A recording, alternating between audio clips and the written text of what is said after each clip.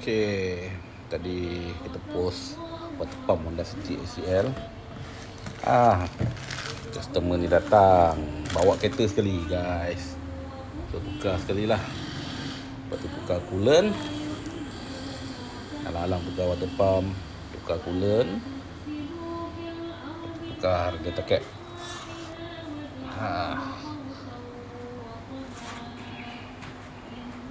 Dapat komen kerja.